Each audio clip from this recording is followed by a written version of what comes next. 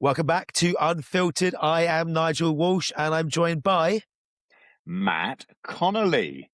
Hi, How are you, Nige. buddy? How are you? All right? Yeah, I'm good. A little bit hot, but nothing to complain about. The sun I, is out in England, and we love talking about weather, right? I don't want to blow smoke up your backside, but I've always thought you're hot, mate. Thanks, buddy. Thanks. Ditto. What's the A on? All those listeners It's out there. like this, surely, isn't it? Oh, like that. You see, I mean, you got kids of that age. You see, we've got to work, or they can do it with their little fingers. I've got no idea how they do that. Like, I just can't make the movements. So, anyway, For all there we those go. listening and not watching, I hope you're enjoying the intro to this show. It is like 1,000 degrees in London right now. Like, it's very warm. Yeah. And I hear you've been to the gym already this morning, which is pretty heroic. I actually I logged on last night to book onto a 9 a.m. class or 10 a.m. class, and both were full. So I thought, you know what, as it's going to be 1,000 degrees, I'm going to get up at 6, and be there for 7 o'clock. So I've been to the gym, done a mini high rocks workout, and I've been for an hour's long walk already. So I'm feeling both smug and exercise. And I've seen Instagram photos of your gym. It's all outdoors or part in out? It's a bit of both. It's like an old farm cow shed style thing, indoors, outdoors. It's beautiful in the summer, almost too hot because you're outdoors, and it's miserable in the winter, but it's also outdoors. So it's kind of really, really nice. It's honestly, it's when you go to pick up a kettlebell and it's A, solid iron, and B, -4 outside, and you go, forgot my gloves. And now you pick them up today and they're like, oh, these are warm. This is quite good. They're too sweaty. So yeah, nice. I'm always going to find a reason to moan, but it was great. Mate, without asking such like old man questions, do they take all the equipment outside in the morning and then just stack it up? They can't leave it outside, right? No, it goes in and out, and part of the class is bringing it in, bringing it out. So like it's all stacked away beautifully.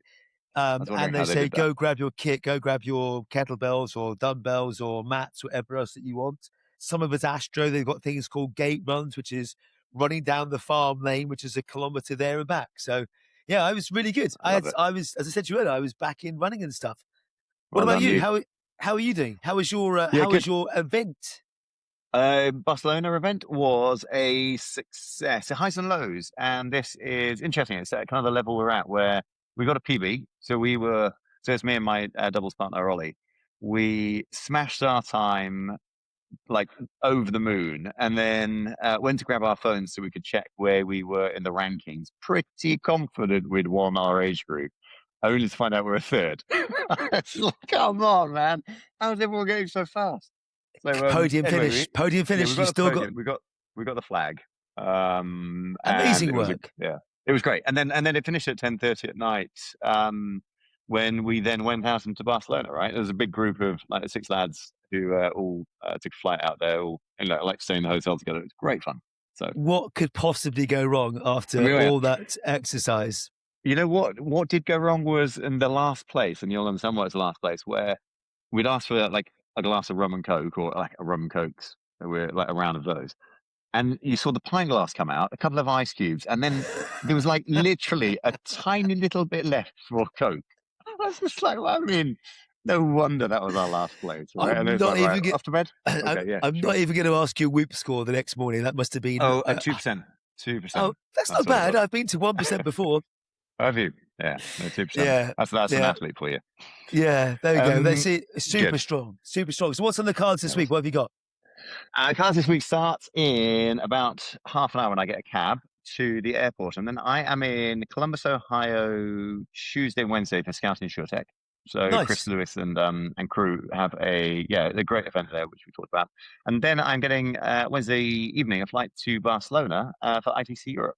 So we are publishing a European version of the Beyond Boundaries report, which is great. So we've done some much more kind of local, in a European sense, focused interviews with Arslan and a lady called Daniela, who's the CEO of Claims at MSIG Europe. And we've interviewed those guys, got some great new content, and we have republished that report. And so we're going to present that at the event. We are holding a workshop around the new world of innovation, which is going to be really interesting while we're out there. Very cool. And then we have a booth as well. So and I have a booth. Is that your first time with the booth or not? No, it's our second time in the booth. But we don't often. Yeah, looking forward to seeing how that sits, how that works, and how Probably that is quite, manned. probably quite square and upright, like normal booths do, I guess. I imagine. But it's a bit, it's just like that whole manning a booth.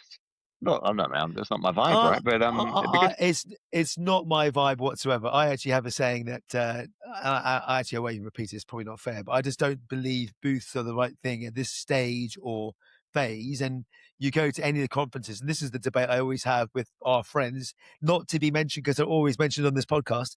But I always have this debate to go, really, is that what we want to be doing and spending our time? I much prefer roundtable events, discussions, Sure. debates, and all that sort of good stuff. So who knows? Me too. Who knows if it's Yep. Who knows? exactly? So mate, that's what it is. And then very late back Friday night, and then with the family again on Saturday, Sunday. But what I hadn't realised, it's half term in the UK, which means the kids are off school. I'm assuming your kids are too. They are, and I always mess up. And I'm normally away, and I'm actually not this week. Number one, and number two, I am actually taking some time off, as in 2 days, but I'm taking some time off, and I'm driving my son to a university open day. So it's or an engineering day out somewhere north of Birmingham. So cool. I'm looking forward to it. So it'll be really cool. And then Emma and I celebrate our 20th wedding anniversary. So it's a big week. Mate, congratulations! That is absolutely stunning. It's amazing. 20 years.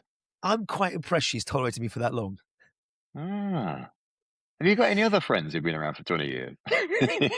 That's incredible. Isn't that lovely? That 20 years of marriage. It's like in this day and age as well. Well done. I'm really happy. Yeah, really. We've been together 26 years. So that's hey, it's all good. It's all very, very good. Well done. And what have you seen interesting in the news or on pods or anything exciting this week? Loads. Like I go through fits and starts, and like this week's been interesting. There's been loads going through my mind, and I'm out for a walk every morning, and I'm listening to podcasts and whatever else. And this week it's been listening to birds sing and plugging out for a minute and working out to how do we go and enjoy ourselves and play. And actually, there was a thing. There's two things on my mind at the moment. One is this AI backlash. Obviously, we're doing university open days now for the little guy. I say he's little. He's the same height as you. He's 6'2" or whatever. He's ridiculous. But there's been a number of events where the AI backlash is getting more and more. So Eric Schmidt, former CEO of Google, in a opening speech or graduation speech was booed. I think that's the fourth speech now where grads are booing speakers when they're talking about AI, almost linked to the job apocalypse. I had to slow down to say that. To go, well, AI is taking all our jobs, and importantly, all of our entry-level jobs. So I think there's an interesting backlash or PR issue with how AI is being used with lots of layoffs and whatever else. You saw Meta's layoffs this week. Zuckerberg was talking about that, and again, there was some interesting feedback about that. The CEO of Standard Chartered came out and said something like low-value human capital would be replaced by AI. And I think the net of choice of words. And then they came out and did damage control and whatever else. Sure. The net of all of that to me, though, was we've got a PR problem. And if you go back to my three favorite things, creativity, curiosity, storytelling, we've got to be able to tell better stories to go, those jobs are going away, but all these new jobs are coming. And I'm seeing more and more articles written about net new jobs that are being created as a result of AI, whether it's governance controls, prompt engineers, agent managers, and so much more that you just didn't have before. And I don't think we spend enough time on that conversation. I know the sorry, my dog's a little bit overheating in the sun. It's like a golden retriever. So is it a shaggy dog story? It's a shaggy dog story. Bear, lie down, good boy. But he, so I was thinking, so I appreciate what you're saying about it. We need a better kind of PR story to all of this. But do we, or is it actually the truth is that AI will displace a whole bunch of jobs, and there's going to be a massive layer of mass redundancy, etc. Right? Because I know we've been through this with various sort of cycles, both in our lifetime and before, right? Where actually these jobs just got changed into kind of new roles. And as you said, you clearly articulated 4 or 5 of those. But equally, I'm like, I'm so I sit on the, like, whilst being an eternal optimist, sit on a really pessimistic. I just can't see there being enough jobs for these people. So I was listening to Ben Elton, the comedian, Yes, old brilliant, and writer and author, and I've not seen him for ages, but yeah. So he was on a pod I was listening to during the week, or a radio show or something, and he was saying, like, imagine if someone just arrived to the government and said, right, I've got this great bit of technology that is going to completely displace a whole bunch of people, put them out of jobs, and it's like, no one is ever going to say yes to that. But for some reason, we kind of celebrate this kind of tech bro from the West Coast going, yeah, come on, let's do this. Let's build it further. Let's put loads of billions into it. And I was like, is it the right thing that we should be doing this? Or should we, I mean, not that we can, right? But can we just stop and work out what, because actually I really like going to work. I really find a sense of worth in there. I really like getting some money and then paying for my family and enabling us to do stuff, right? Is it really that we will just continue this and this is just a bunch of noise? Or for me, I can't see a future where there will be enough jobs for us all. I just can't. But I can, though, and I think okay, I'm cool. leaning. I'm like you. I'm the eternal optimist, and I was reading a post by Benedict. I was just trying to find it by Benedict Evans, where he talks about how every technology revolution has changed the role of work. Number one, and number two, when we automated bookkeeping and got to Lotus 123 and then to Excel and then to Python, we've always ended up with more accountants, not less. Sure. In the same as the legal space. I've actually been with a couple of friends this week. One's a property litigator, a couple of barristers or whatever else, right? I've been with loads of folks, and actually one of them just got Harvey for the first time. One of them seen AI tools for the first time, which triggered a different thought, number one, which is we're all living in a bubble. But number two, their insights onto how it's being used and will revolutionize their work. Like one of my friends was going, hey, how we can now use this to do particulars in a case where someone's being sued is optimizing all that time so we can spend more time on the case. But there's another person that was writing about all these people registering more claims and whatever else. When the cost of arguing is being free, the one thing you need more of is more lawyers. So actually, I'm starting to believe it's going to be more of everything, not less of everything, whilst at the same time recognizing lots of jobs will be displaced and disappear or change to something else. Like there's things that we do now using AI for both of us that we just never used to do. Yeah. No, totally. I don't know. I hope that is the case, right? I really do. Because equally, what we have is got amazing technology that's going to hopefully, you're going for a full body scan, right? And it's that can't wait. This technology will cure cancer. It will cure Alzheimer's. It will cure. We hope, right? But it's definitely going to get us a lot closer than we ever were. So let's not halt progress in that sense. But equally, let's just be really careful with what we're doing. I couldn't agree more. So I think they're all in my newsletter this week as well. So I'll definitely share that as well afterwards. I'm the optimist. Of course, things will change. What did you do as your very first job? And does it still exist? Teletext ad sales. Beautiful. Now, does teletext still exist? That is the question. I mean, I don't know. Teletext was shut down years ago. Oh, was it? Oh, shame. All right, but that's the point, right? You still got a job. You've still evolved. You have experiences that you learned from doing ad sales and speaking to people and all that sort of stuff. Actually, my wife was at a careers evening the week just gone. Is she looking for a new job? She's looking for a new job for my little guy, and he was off on a school trip at CERN, so he's enjoying himself, having fun, and she's doing all the hard work. I mean, yeah, it's tough. That's one for off the podcast. But the person that she was listening to said there's 500,000 graduates in the UK each year, and only something like 22 or 25,000 graduate jobs. So the fact that you don't come out of graduates out of university and automatically get a job. And then it's back to, like, I've always encouraged it. Go cut grass, go wash cars, go work in a coffee shop. Do things that will get you the experiences that you get to meet and engage with people rather than be stuck in your basement wherever else.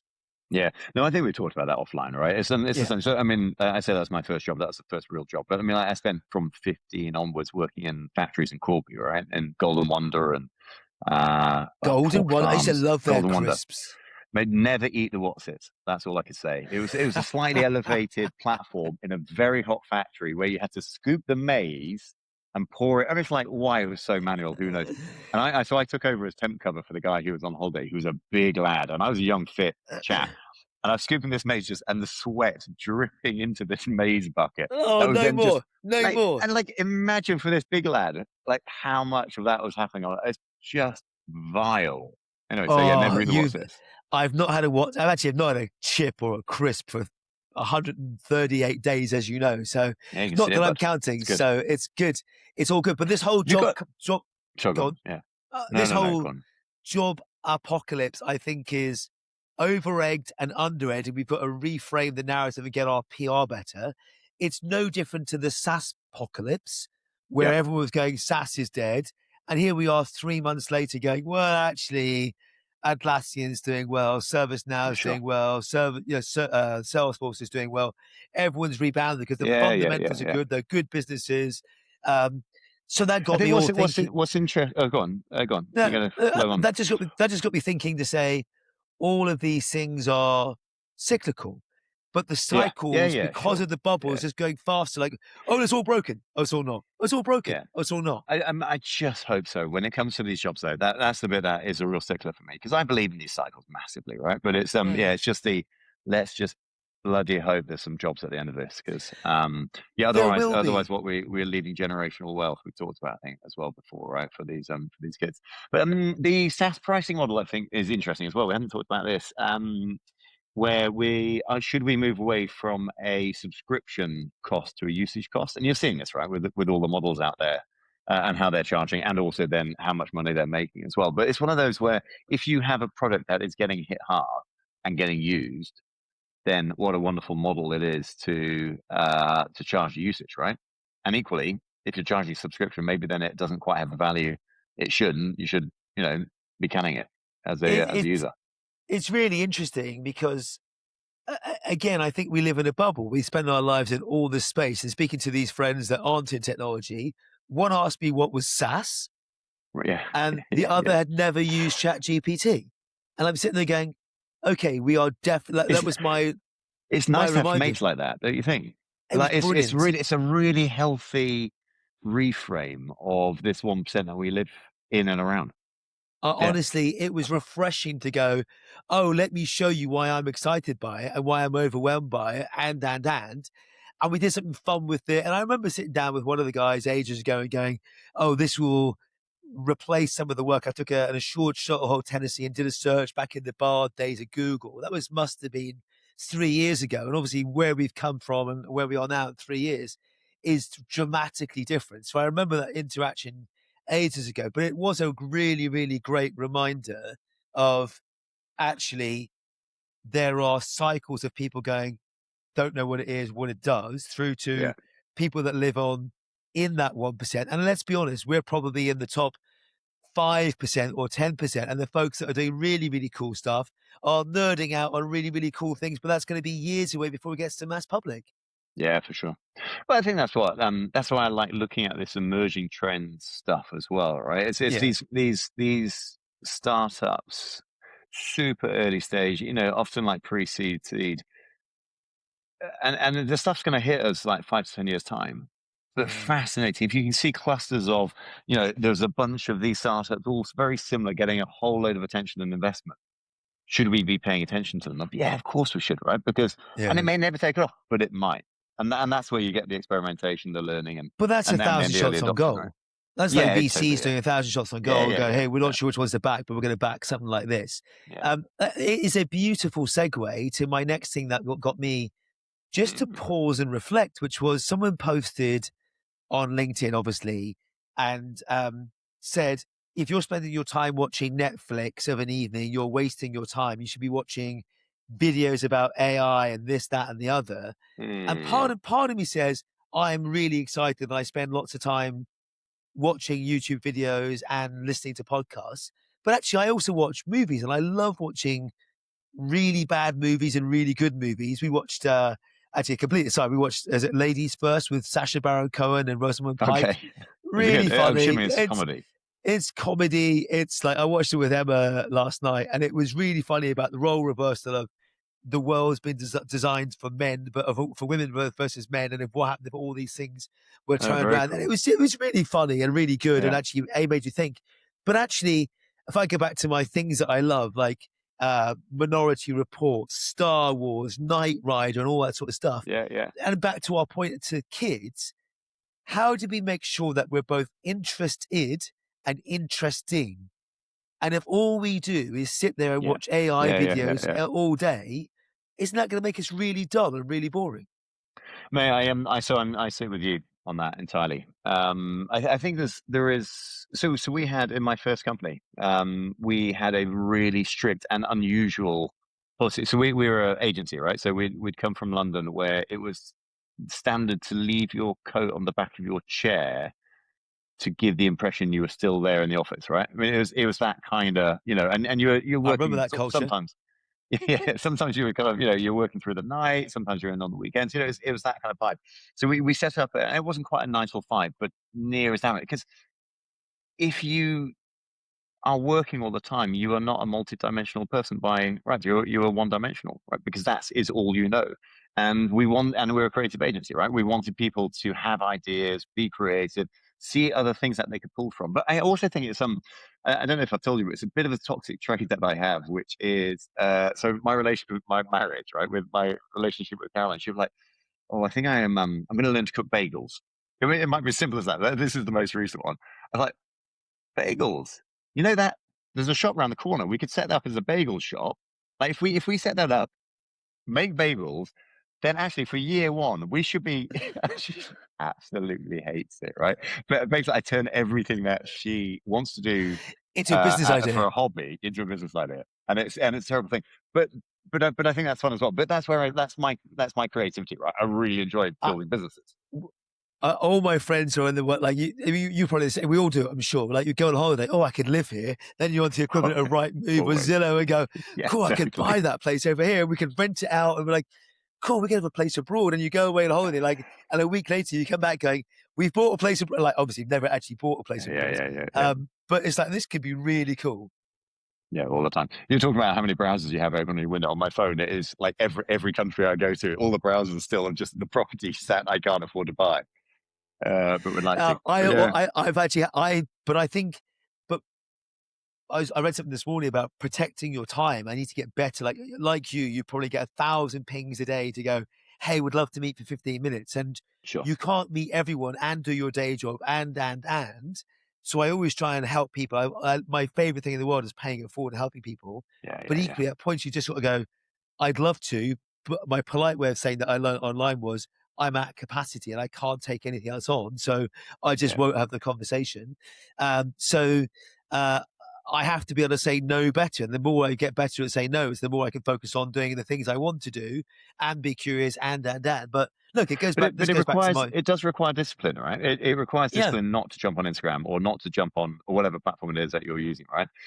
Because it is, it's called doom scrolling, but it is so easy to do that and lose time, right? And that's nice, and it's okay. I think whether you're watching Netflix or other, but it's having a little bit of purpose and intent with what you are doing, and even if that is relaxing, right? It's mowing the lawn. It's one of our favorite subjects. I love it. I love it. But it's just, I've been out this week. I got my stripes. I'm happy. Yeah. Honestly, but it's the unwind. Like I could pay someone else to mow the lawn, take out the joy of it, and sit and watch an AI video, or I could get whatever 1,000 steps it is mowing the lawn, and my joy of seeing I've done it myself at the end of the day. Plus, I think my it's garden, a good thing. It's about 12 steps for me, but yeah. I need a little robot. But mine's not much bigger, to be fair. But I just enjoy doing it. It's all those things, and it's like when you're out running or you go out for a walk or you're on a bike ride. I actually like the non-screen time, the forced non-screen time to go. Sure. Hey, that's really, really cool to go learn something. Or even just not taking headphones sometimes as well. I mean, it's so good to listen to pods and stuff and use that time, right? But sometimes there's nothing better when I've left my headphones at home or intentionally have taken the dog out. It's like, and you have to hear the birds and you have to, have the conversations, with the other dog walkers or whatever it is. But it's lovely, right? It's great. Honestly, so I need guardrails in life, whether it's food and lack of snacks in the house, or I've got a time limit on Facebook, a time limit on Instagram. I can just nudge past them.